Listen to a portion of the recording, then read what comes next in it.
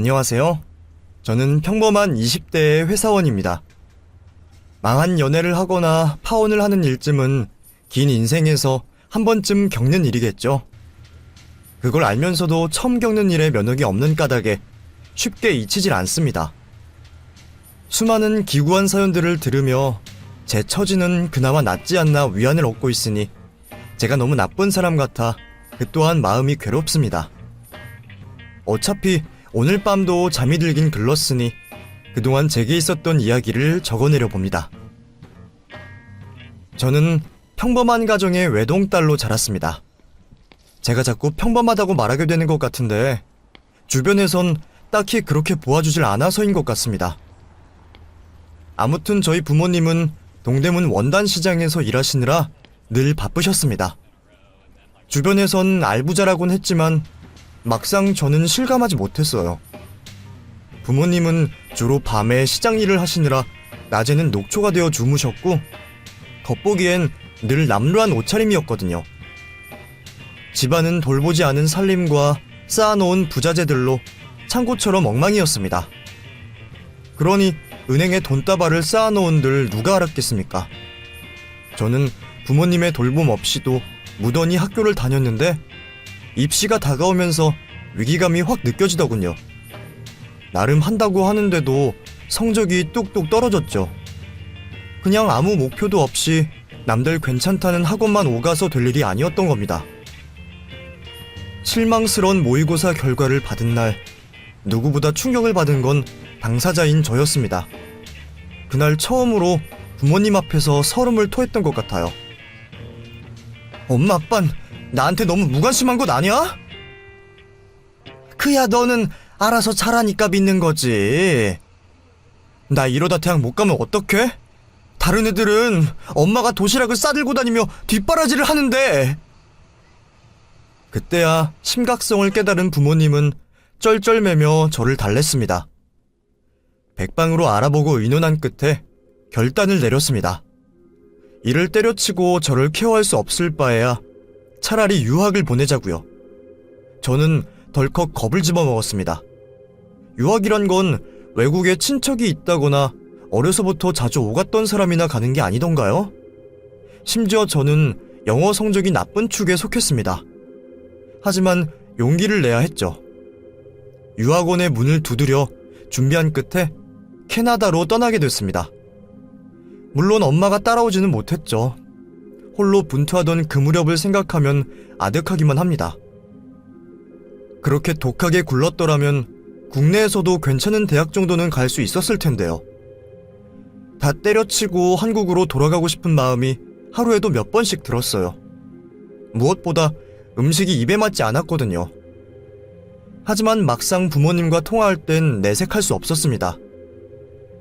그렇게 끝날 것 같지 않던 몇 년의 시간을 지나 마침내 대학 졸업장을 손에 넣게 됐죠. 취업을 여기저기 알아보며 고민했지만 일단은 한국으로 돌아가기로 결정했습니다.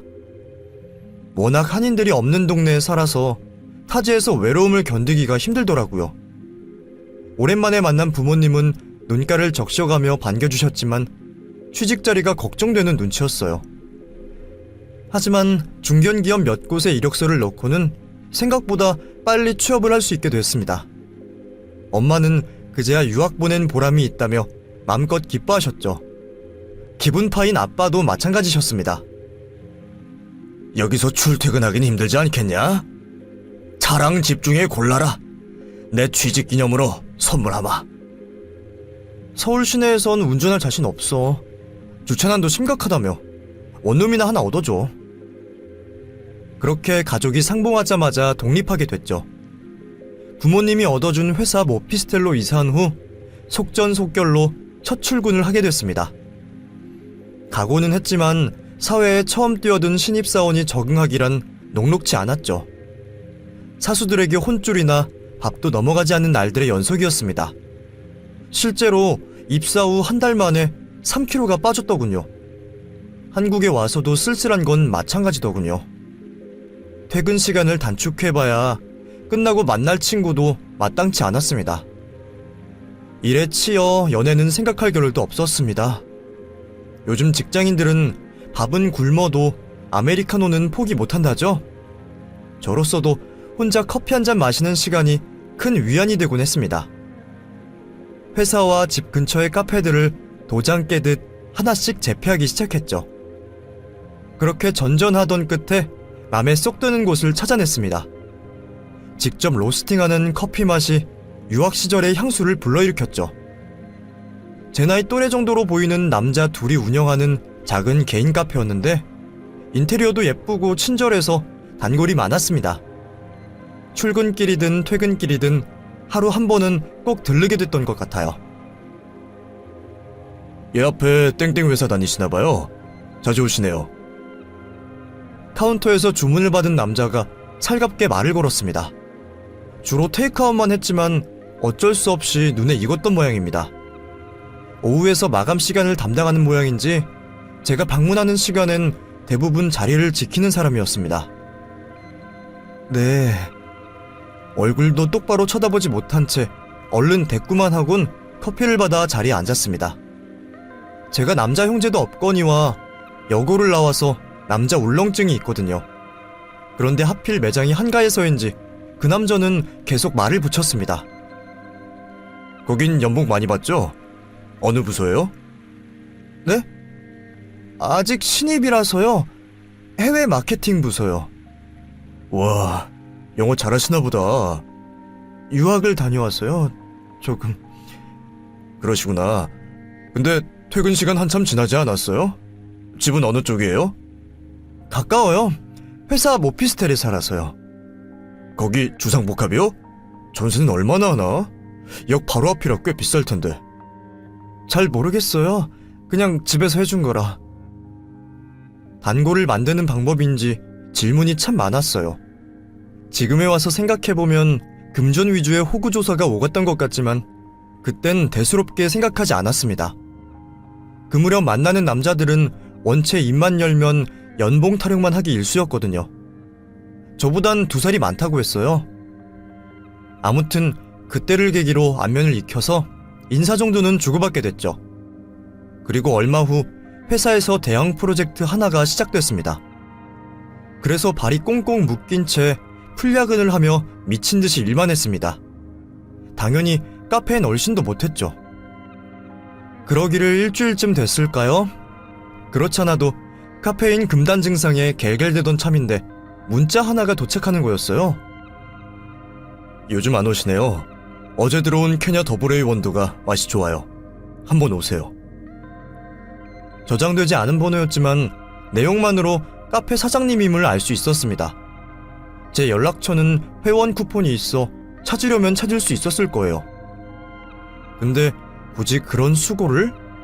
의도가 뭔지 알쏭달쏭 하더라고요. 당연히 고객관리 차원이겠거니 싶다가도 나한테 커피 몇 잔 더 팔아봐야 얼마나 남겠나 싶고 왠지 단체 주문이라도 시켜야 하나 의무감이 들었지만 일이 몰아쳐서 정신이 없어 답장을 보내는 걸 잊고 말았죠. 아무튼 그때부터 의식을 하기 시작했던 것 같습니다. 그러다가 프로젝트가 일단락되고 오랜만에 카페에 가서 사장님을 마주치게 됐죠. 답장을 못 보내서 미안하다는 말이라도 해야 하나 싶었는데 바쁘셨나 보다 그런 인사말도 없이 시치미를 뚝 떼더라고요. 그래서 저도 모른 채 그냥 넘어갔죠. 수시로 돌리는 단체 문자에 제가 과민했던 걸까요? 긴가민가 했죠. 하지만 거기서 끝이 아닙니다. 들어보세요. 우리 회사는 자유복장이라 평소에 저는 아주 편안하게 하고 다닙니다. 입사를 앞두고 맞춘 콘택트 렌즈는 입사 3일 만에 봉인되었고요. 흔히 말하는 출근룩보다는 동네 마실룩에 가깝게 됐죠. 회사 코앞이 집이다 보니 은연중에 집 앞에 나간다는 인식이 한몫했달까요? 하지만 중요한 거래처 미팅마저 그꼴로 나갈 순 없는 노릇 아니겠어요? 그날은 1시간 일찍 일어나 머리를 말고 화장을 하고 한껏 꾸몄던 것 같아요. 일찌감치 일을 마치고 카페에 들렀는데 사장님이 눈이 튀어나올 만큼 놀라는 겁니다. 소개팅 했어요? 아니거든요. 중요한 미팅이 있어서. 아주 몰라볼 뻔했다며 오버하는 게 놀리는 투가 역력했어요. 쑥스러워서 얼른 커피만 사서 나오려는데 뒤통수에 대고 지나가듯 그러는 거예요. 예쁘네요. 앞으로도 렌즈 끼고 다녀요. 세상에, 그런 말에 심쿵하지 않을 여자가 어디 있겠냐고요. 작은 깨달음을 얻었죠.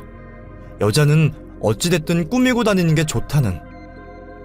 그 뒤로는 은근하게 겉모습에 신경 쓰기 시작했어요.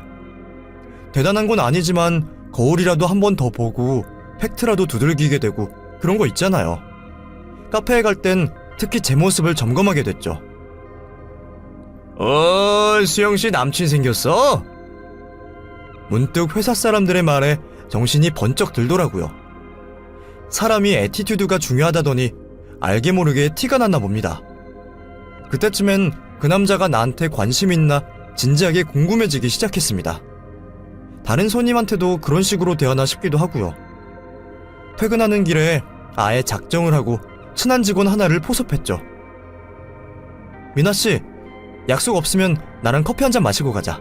내가 쏠게. 왜? 무슨 할 얘기 있어요?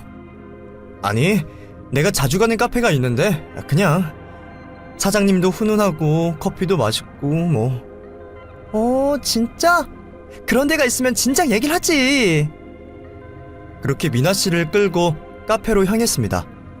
카운터에서 사장님한테 주문을 하는데 의외라는 표정을 하더군요. 오늘은 친구분이랑 오셨네요?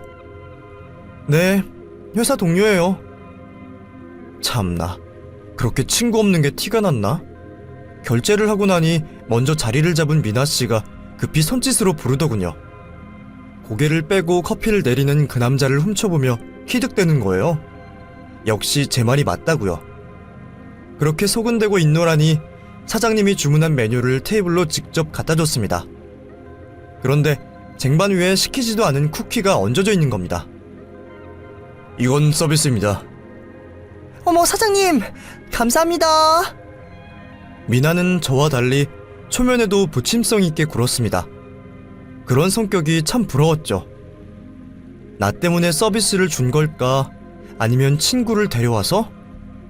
궁금증은 하나 더 생겨났습니다. 그날 이후로도 다른 직원들과 같이 들를 기회가 있었는데 사장님은 여전히 친절했지만 저한테 딱히 각별함이 느껴지진 않았어요. 저는 내심 실망했죠. 괜한 설레발이었구나 싶었습니다. 하여간 그 남자 때문에 마음이 들떴다 가라앉는 일이 반복되니 내가 왜 이러는 건지 답답했습니다. 그러지 말자고 스스로 마음을 다잡았죠. 하지만 그 결심은 채 며칠도 가지 않았습니다. 어느 날 점심을 먹고 들어오는데 미나 책상에 그 카페에서 사온 커피가 올려져 있는 겁니다. 컵홀더가 파란색인 것이 틀림없었어요. 계속 신경이 쓰여 자꾸만 눈길이 갔죠. 저는 결국 참지 못하고 미나에게 지나가듯 물었습니다. 거기 카페 갔다 왔어? 가깝지도 않은데. 맛있어서 자주 가게 되더라고. 사장님이 나 알아보던데? 은근한 신경전이 오갔어요. 기분이 좀 그렇더라고요. 초딩처럼 너는 거기 가지 말랄 수도 없고 말이에요. 미나는 예쁘장하고 세련돼서 회사 남직원들에게도 인기가 많았습니다. 제가 남자라도 저와 미나를 놓고 보자면 미나를 선택하겠어요. 외모도 외모지만 저는 물어보는 말에 대답하는 게 고작이고 그야말로 모태솔로 그 자체거든요. 차라리 처음부터 대놓고 솔직하게 그 남자와의 일들을 의논할 걸 그랬나? 하지만 먼저 침 바르고 찜하기도 우스운 노릇이었죠. 그 남자와 전 썸도 아무것도 아닌데 속이 바짝 타면서도 이러는 제가 싫었습니다. 그렇게 지지부진한 날이 이어지던 차에 회사에서도 악재가 터졌습니다. 살얼음판 같은 팀 분위기에 억지로 야근하는 척 눈치만 보다가 겨우 빠져나오는 길이었어요. 터덜터덜 역 앞으로 걸어온 직원들이 흩어지고 미나와 저만이 남았죠. 저만의 생각인진 모르겠지만 요즘 우리 둘 사이엔 미묘한 껄끄러움이 있었습니다. 그래도 회사 일로 따지자면 무조건 한 배를 탄 같은 편이었죠. 배 안 고파? 어디 요 앞에서 저녁에 반주라도 한잔 할까? 피곤하다. 카페에서 얘기나 조금 하다가 헤어지자. 그러더니 자기가 먼저 그 카페로 향하더라고요. 솔직히 기분이 좀 거슬렸습니다. 늦은 시간이지만 아직 카페는 불을 밝히고 있었어요. 문을 열고 들어서자 마감 중인 건지 청소를 하고 있던 사장님은 반가운 표정으로 쳐다봤습니다. 하지만 우리의 축 처진 분위기를 기민하게 눈치채곤 딱히 말을 걸지 않더군요. 우리는 커피를 시켜놓고 마주 앉아 이것저것 일 얘기를 나누었습니다. 회사에서 힘든 얘기를 해봐야 상사들 욕을 돌아가며 하다가 때려치고 싶다고 투덜대는 시기죠 뭐. 저는 어지간한 일엔 참는 편이라 거의 듣기만 했습니다. 너는 무슨 의견이 없어? 미나의 언성이 높아지더니만 불똥이 엄한 저한테 튀었습니다. 공연히 가만히 있는 저한테까지 짜증이었습니다. 뭐 가만히 있는 것도 문제라는 뜻이었지만요. 넌 좋겠다. 수틀리면 회사 관둬도 되잖아. 되긴 뭐가 돼. 나라고 뭐 달라? 있는 집 딸이 무슨 먹고 사는 걱정이 있냐. 영어권 대학 나왔다면 재취직도 쉬울 테고. 유학 갔다 온 게 뭐 별거라고. 디자인팀엔 유학파 아닌 사람 하나도 없다던데. 갑자기 남의 팀 얘기를 왜 해? 너는 대체 누구 편이야? 싫은 소리 하나 없이 인심만 사고 다니고 가만 보면 박쥐 같더라? 갑자기 시작된 말다툼은 이런 식으로 번져 걷잡을 수 없게 되어버렸습니다. 혼자 길길이 뛰던 미나는 분을 참지 못하고 돌연 가방을 들고 뛰쳐나가 버렸죠. 혼자 남겨진 저는 억울해서 눈물이 왈칵 쏟아질 것 같았어요. 영업시간이 끝난 카페 안은 고요하기만 했습니다. 그제야 마감을 마치고 한쪽에 앉아있는 그 남자의 시선이 느껴지더군요. 부끄러운 모습을 들켰다는 생각에 얼굴이 붉어졌죠. 얼른 나가줘야 하는데 도망치듯 떠나는 뒷모습을 보이는 것조차 민망하게 느껴졌습니다. 이제 가게문 닫는데 술이나 한잔 하실래요? 앞치마를 벗고 일어선 그가 아무것도 못 본 척 말을 걸어왔습니다. 평소 저라면 응하지 않았겠지만 그날은 달랐어요. 그냥 이대로 집에 들어가고 싶지 않았죠. 저는 이끌리듯 그를 따라 근처의 술집으로 들어갔습니다.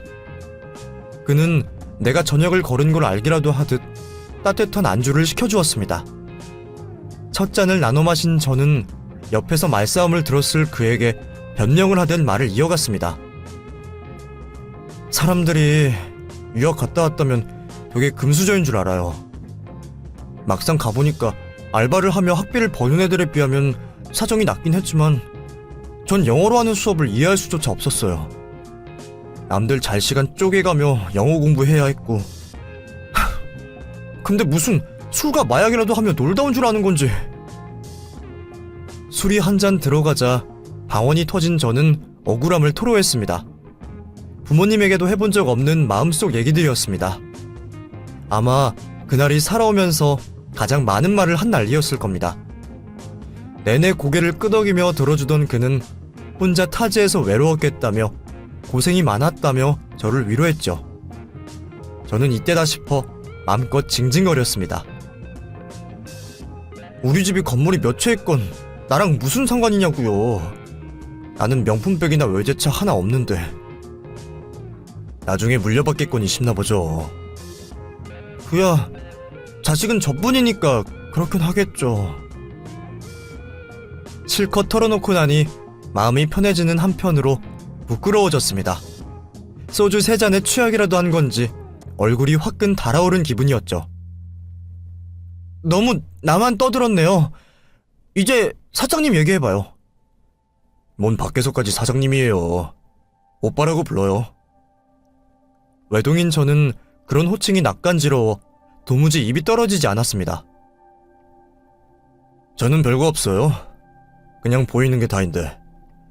친구랑 같이 자그마한 가게 하나 하고 있지만 커피 내린 것 말고는 다른 재주 없다 정도?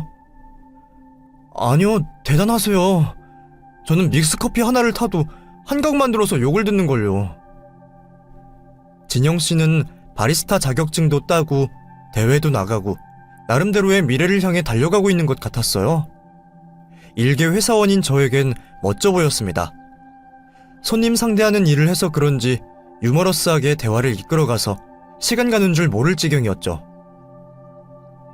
수영 씨는 남자친구 안 만들어요? 갑자기 훅 들어온 질문에 사례가 들릴 뻔했습니다. 잊고 있었던 둘 사이의 긴장감이 물 위로 떠오르는 순간이었습니다. 솔직히 전 연애를 해본 적이 단 한 번도 없었어요. 캐나다에선 워낙 졸업만을 목표로 허덕이기도 했고 무엇보다 한국 사람이 아니면 꺼려지더라고요. 암만 그래도 사실을 구구절절 늘어놓을 정도로 바보는 아니죠. 전 아무렇지 않은 척 대꾸했습니다. 뭐 남자친구 있으면 맨날 커피나 마시러 오겠어요? 연애하는 사람들은 커피 안 마십니까? 그럼 좀 망하게요? 그게 아니고 남자친구가 있으면 늘 혼자 오진 않을 거라는 그런 얘기죠.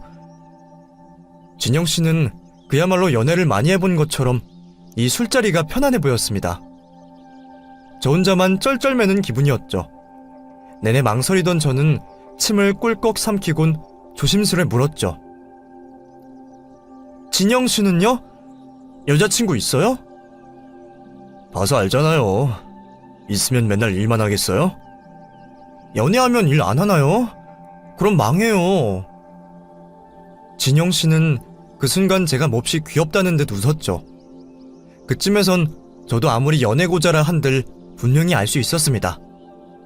그동안 그의 행동이 결백하지는 않았다는 걸요. 제 착각이 아니었다는 것을요. 어느덧 시간은 자정을 훌쩍 넘어 있었습니다.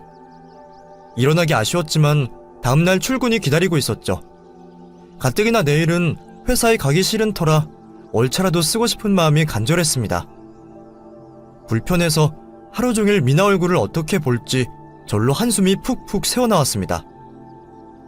진영씨는 우리 집 앞까지 같이 걸으며 저를 바래다줬어요. 밤 공기는 찼지만 구름 위를 걷는 듯 기분이 아주 날아갈 듯 했어요. 일부러 가까이 얻은 집이 오늘만큼은 아주 멀었으면 했을 만큼요. 참나, 제가 이렇게 변덕스럽다니까요. 요즘에 저는 제가 봐도 가증스러울 지경입니다. 그런데 아까부터 어쩐지 진영씨가 말이 없었습니다. 알 수 없는 예감이란 게 있죠. 제 촉이 똥촉이 아님을 경험했던 저는 덩달아 바짝 긴장하게 됐습니다.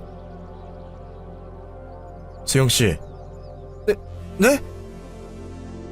화들짝 놀라는 바람에 저는 그만 멍청한 대답을 내뱉었습니다. 저를 빤히 쳐다보는 그의 눈길이 느껴졌죠. 며칠은 흐른 듯한 찰나가 지나가고 그가 마침내 입을 열었습니다. 수영씨, 나랑 만나보지 않을래요? 꿈에 그린 듯 감격스러운 순간이었습니다. 저도 저인 게 생각해보겠다며 말은 해야지 생각은 했지만서도 머리보다 행동이 빨랐어요.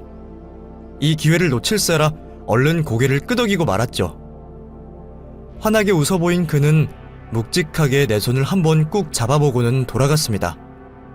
들어가면 연락하라는 말을 남기고요. 그렇습니다.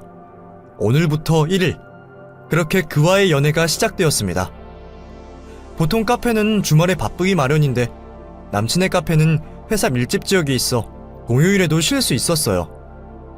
SNS에서 보기만 하던 온갖 좋은 곳들을 누비며 데이트를 했습니다. 그와 함께하는 모든 것이 처음이라 어디든 좋았죠. 첫 연애임에도 불구하고 남친과의 연애는 놀랄 만큼 평탄하게 흘러갔습니다. 일하는 데가 지척이다 보니 어디서 뭐 하는지 속 끓일 일도 없이 하루가 멀다 하고 자주 만났죠. 고작 2살 연상임에도 남친은 어른스럽고 이해심이 많았습니다. 크게 싸움 한번 한 기억도 딱히 떠오르지 않을 정도니까요. 솔직히 남친은 누구에게나 호감 가는 상이라 손님에게 번호를 따이는 걸 목전에서 몇 번인가 보았는데 단호히 거절하더군요. 그런 믿음이 세월과 함께 점차 쌓여갔죠. 그렇게 1년쯤 만나고 제가 혼자 사는 집에 반쯤 같이 살게 되다 보니 자연스럽게 결혼 얘기가 오가게 됐죠. 저에게 연애는 남의 일만 같았던 때가 있었는데 어느새 결혼이라니요. 남친을 만나게 되어 참 행운이고 감사하다고 여겼어요. 그때가 제 짧은 인생에서 가장 평화로운 순간이 아니었나 싶습니다. 일적으로도 신입사원 딱지를 떼고 안정을 찾아가던 무렵이었어요. 반면 보살인 줄 알았던 남친은 슬슬 볼멘 소리를 늘어놓기 시작했어요. 카페를 같이 운영하는 친구와 트러블이 잦아 힘들다는 말을 자주 했습니다. 나가서 새로 하나 차리든가 해야지 원. 왜? 용범씨랑 또 싸웠어? 자식이 사사건건 무시하고.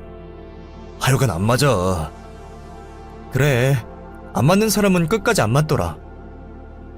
그때만 해도 내게 기대주는 것 같아 기뻤고 무엇이든 받아주리라 하는 마음이었어요. 열심히 하니 다 잘 될 거라고 진심으로 격려를 아끼지 않았죠.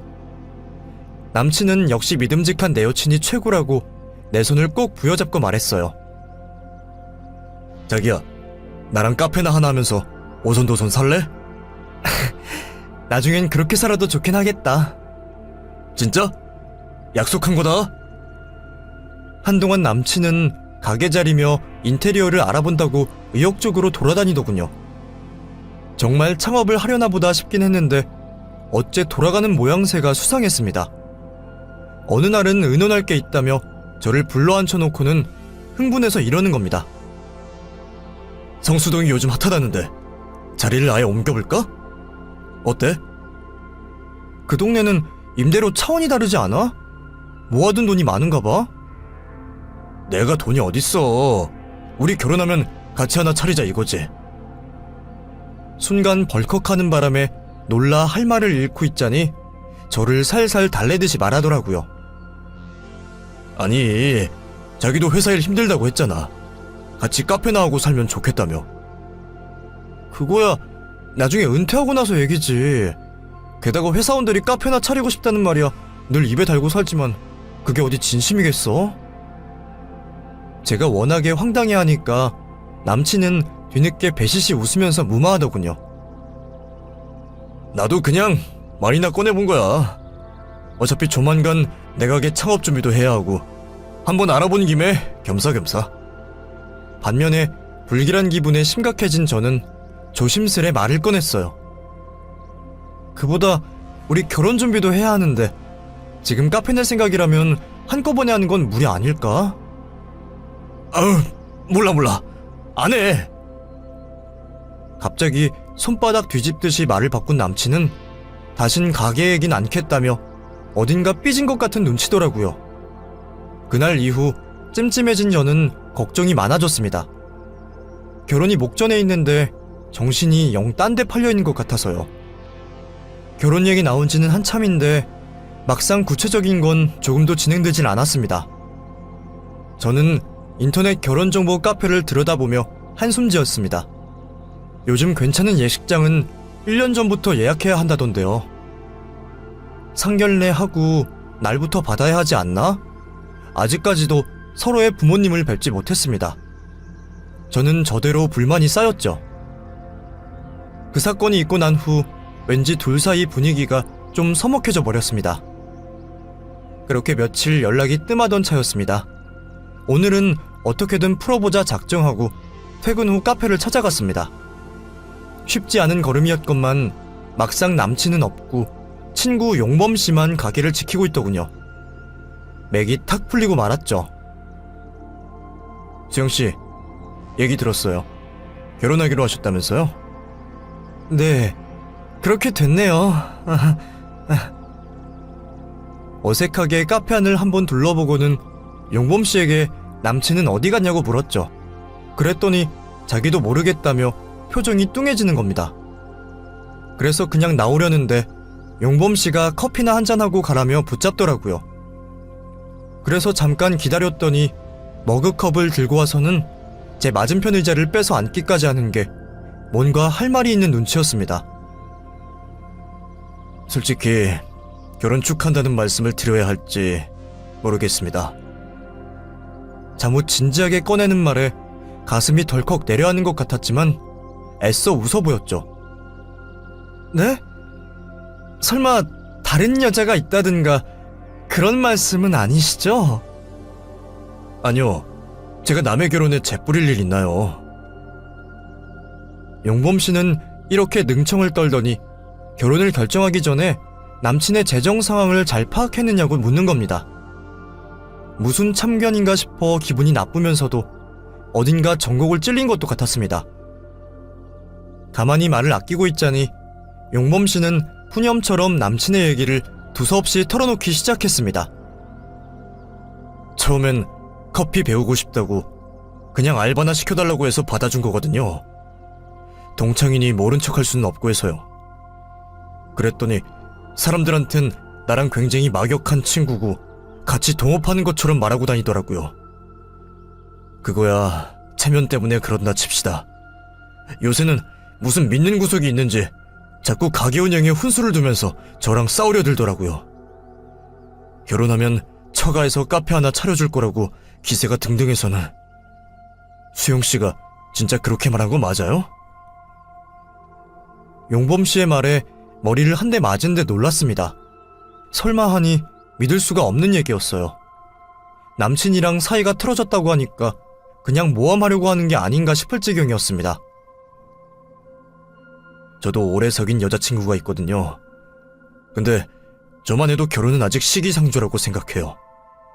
아직 많은 나이도 아니고 든든하게 손에 쥔 게 있어야 처자식을 책임지죠. 근데 저놈은 무슨 배짱으로 겁도 없이 결혼을 하겠다고 덤비나 싶다니까요. 용범 씨는 저에게 땡땡 회사면 잘 버는 직장 아니냐, 집안도 빵빵하다고 들었다, 이게 다 수영 씨를 좋게 생각해서 하는 얘기다 하며 충고 아닌 충고를 계속했습니다. 도무지 믿기 힘든 얘기들의 연속에 머릿속이 혼란스러워졌습니다. 그러곤 어떻게 일어나 집으로 돌아왔는지도 모르겠어요. 힘없이 현관 도어락 비번을 누르고 문을 열었더니 온 집안에 불이 켜져 있더군요.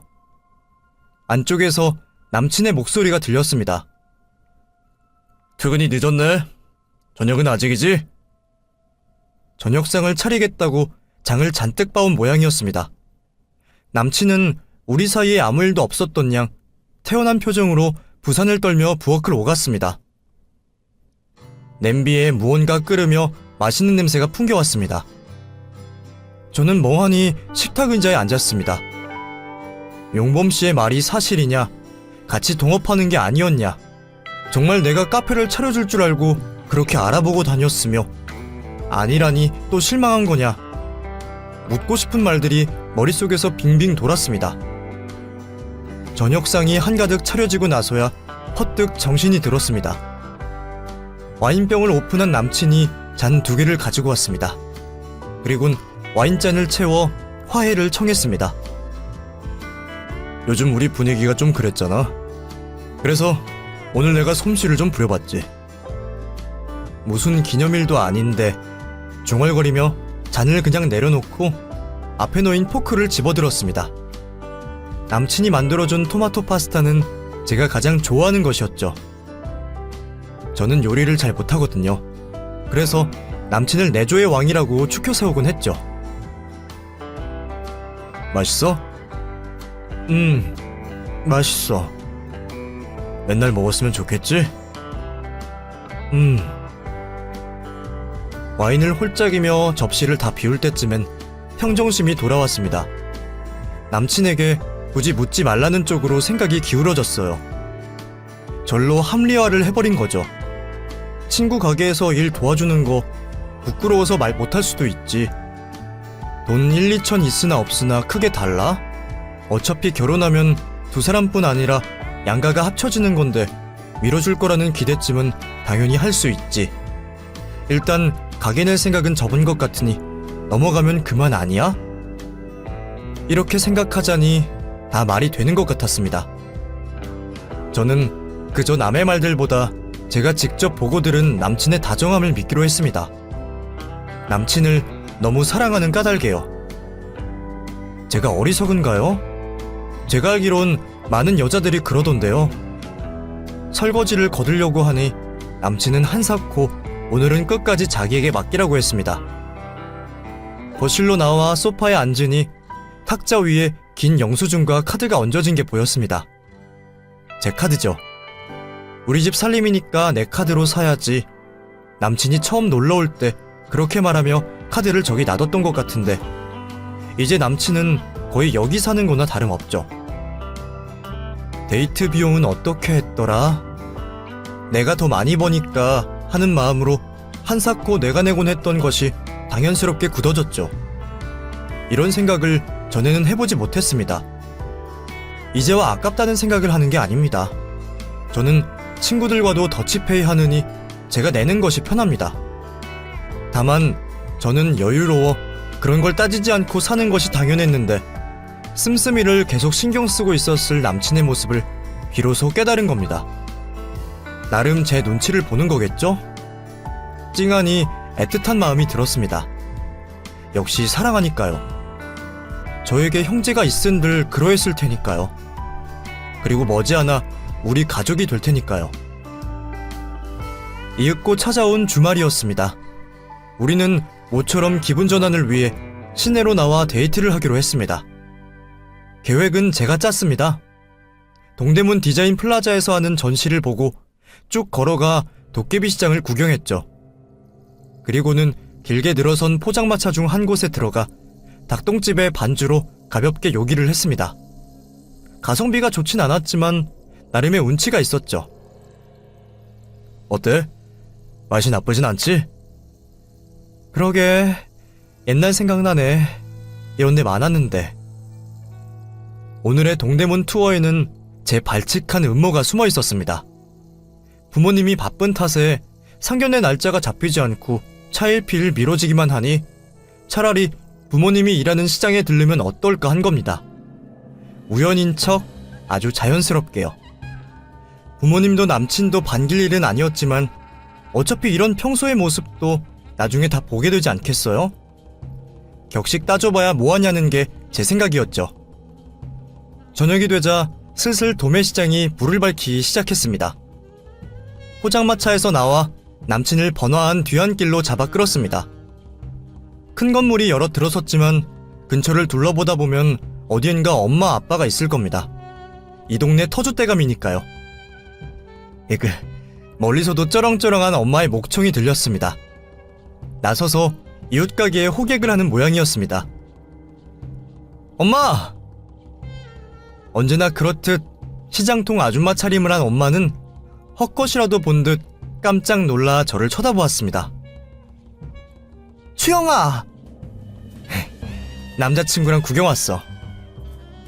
나를 한번 째려본 엄마는 머리를 황급히 매만지며 남친 쪽에게 억지로 웃어 보였습니다.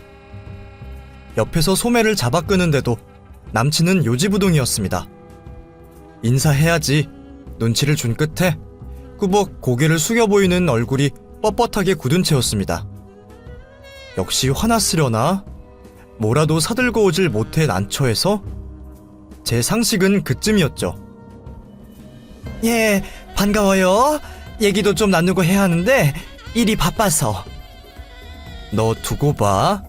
나를 눈빛으로 협박한 엄마는 허둥지둥 건물 안쪽으로 사라졌습니다. 그때만 해도 저는 상황이 재밌다는 생각에 물색 없이 웃고 있었어요. 그런데 표정을 잔뜩 구긴 남친이 말도 없이 저만치 척척 가버리는 겁니다. 당황한 저는 황급하게 그 뒤를 쫓았죠. 왜 그래 갑자기? 화났어? 그런데 장난이 아니었습니다. 남친은 당장 택시라도 잡아탈 기세로 빠르게 앞만 보며 걸었고 저는 사람들을 헤치며 뛰다시피 다른 박질 쳐야 했습니다. 숨이 턱에 닿을 만큼 돼서야 간신히 남친의 옷자락을 붙잡을 수 있었습니다. 남친은 저를 거세게 뿌리치며 돌아섰습니다. 야, 뭐냐 너? 저를 윽박지르는 남친의 표정은 한 번도 그에게서 본 적이 없는 표정이었습니다. 장모님 될 사람의 겉모습이 조금 초라하다고 해서 이렇게까지 정색을 하다니요. 뭐야, 실망했어? 그래, 실망했다. 실망스러운 건 다름 아닌 저였습니다. 남친의 허물을 알면서도 감싸줄 각오를 했으니 당연히 남친도 그럴 것을 기대했거든요. 그동안 보아온 모습이 있으니 당연히 그럴 줄 알았고요. 지금 모습은 제가 알던 남친이 아니었어요. 넋이 나간 저는 겨우 목구멍에서 목소리를 끄집어냈습니다. 아니, 뭐가 그렇게 실망할 일이야? 나는 우리 엄마 한 번도 부끄러워한 적 없어. 야, 니네 집 부자라며 이 사기꾼년아! 갑작스런 욕설을 들은 저는 비명이 튀어나올 정도로 놀랐습니다. 주변의 행인들도 멈춰설 정도였으니 말 다 했죠. 사기? 내가 언제? 충격에 백치라도 된 듯 제대로 말이 나오지 않았어요. 제가 언제 우리 집 부자라고 했으며 그걸 내세우고 다녔나요? 오히려 그런 시선에 스트레스 받던 저인데 그건 누구보다 남친이 더 잘 알고 저를 위로하지 않았던가요? 매번 잘난 체 하는 걸 안 잊고 와도 참아준 건데 이제 와서 아니라고? 그러니 내가 열 안 받게 됐어? 남친의 적반하장은 끝도 없이 계속됐죠. 제가 지금 누구랑 얘기를 하고 있는 건가요? 뒤통수 앞통수 할 것 없이 얼얼했습니다. 그러니까 지금 돈 때문에 저랑 결혼하려고 했다는 소리죠. 엄마를 보니 사이즈가 안 나오는 것 같으니까 정체를 드러낸 거고 제가 1년간 만나온 사람은 거짓 그 자체였던 거죠. 사기꾼이 누구한테 뭐라고. 참 뻔뻔하기 그지없었습니다. 헛되이 보낸 세월을 생각하면 울고불고 통곡해도 모자랄 일이었지만 사람이 극한 상황에 처하니 오히려 정신이 또렷해지더군요. 이대로 분통하게 당하기만 할 순 없었습니다. 우리 집 부잔데? 누가 아니라 그래? 저의 말에 막말을 퍼붓던 남친의 기세가 움찔 사그러들었습니다. 아, 이젠 구남친이죠. 아무튼 진영씨는 잽싸게 눈알을 굴리며 반신반의하는 눈치였습니다. 왜? 우리 엄마 때문에 그래? 우리 엄마 취미야! 서민 코스프레 하는 거. 진영씨가 못 믿겠다며 피식 웃었습니다. 그러더니 증거를 내놓으라며 뻗댔습니다. 하지만 은근히 기가 한풀 꺾인 목소리였죠. 뭐, 재산 내역이라도 뽑아줘야 돼? 보여줘. 그러는 당신은? 어디서 살며 시급은 얼만데? 친구랑 동업하다는 거짓말은 왜 하고 다니는데? 뭐? 내가 언제? 사기꾼이 누구냐고? 말은 똑바로 해야지. 기회를 틈타 참아왔던 말들을 쏟아냈습니다. 치부를 들킨 사기꾼의 얼굴이 불그락 푸르락 해졌습니다. 그러거나 말거나 저는 아빠와 통화해 지금 있는 위치를 확인하고 전화를 끊었습니다. 부자라는 거 못 믿어? 증거를 보고 싶으면 따라와. 저는 거침없이 아빠가 있는 원단시장 쪽으로 향했습니다. 자존심은 있는지 멈칫대던 진영씨는 궁금함을 참지 못하고 졸졸 뒤따랐습니다. 여기 가게 2평짜리가 얼마 하는 줄 알아? 도매시장 반이 우리 아빠 거야. 손가락으로 유치하게 주변 상가를 가리키며 이런 말을 해버렸죠. 과장은 했지만 얼마가는 사실이기도 했고요. 진짠가 진영씨의 짱돌 굴러가는 소리가 바로 옆에서도 들리는 것 같았습니다. 아빠! 주차장에 이르러 트럭에 짐을 싣고 있던 아빠를 발견했습니다. 100kg가 넘는 마대자루를 척척 드는 아빠는 지금까지도 기골이 장대합니다. 웬일이냐 갑자기? 남자친구 소개시켜주려고. 아빠가 미심쩍게 진영씨를 쳐다보았습니다.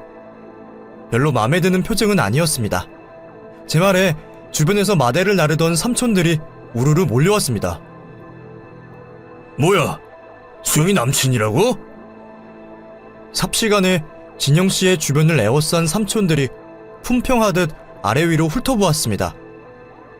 우리 아빠와 길게는 30년을 동거동락한 시장 사람들은 가족과도 같은 사이죠. 여기 삼촌들은 문신 안 한 사람을 찾기 힘들고 실제로 조폭 출신들도 많습니다. 근데 이 사람이 오늘 엄마를 보고는 부잣집 딸이라더니 아니라면서 나한테 사기꾼년이라면서 욕을 하는 거야. 저는 이제 시집도 못 간다면서 서럽게 우는 척을 했죠. 아빠와 삼촌들이 일제히 험악하게 눈에 쌍심지를 켰습니다. 금방이라도 저를 울린 놈을 접어 마대자루에 쑤셔 넣을 기세였습니다. 발길질 몇 번에 나가떨어진 진영씨는 그 자리에서 허겁지겁 주랭랑을 치고 말았습니다. 기가 막혀서 헛웃음이 나는 일이었죠. 당장은 맥이 빠져서 피식거렸지만 막상 새벽에 이불을 쓰고 누워서는 많이 울었습니다. 다음 날은 병이 났는지 도저히 회사에 나갈 수 없어 연차를 쓰겠노라 연락하는 것이 고작이었습니다. 당시에는 쪽팔려서 누구에게도 말하지 못할 것 같았습니다. 그렇게 왜 살았나 싶은 며칠을 보냈습니다. 진영씨로부터 구구절절 장문의 문자가 왔습니다. 지금은 지워버려서 잘 기억나지 않지만 너무나 미안하고 자기가 죽일 놈이며 우리 사이의 깊은 오해를 풀고 싶다는 내용이었습니다.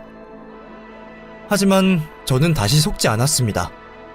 보나마나 우리 집이 보기보다 잘 산다는 게 사실 같으니 뒤늦게나마 제 마음을 돌려보려는 수작이었죠.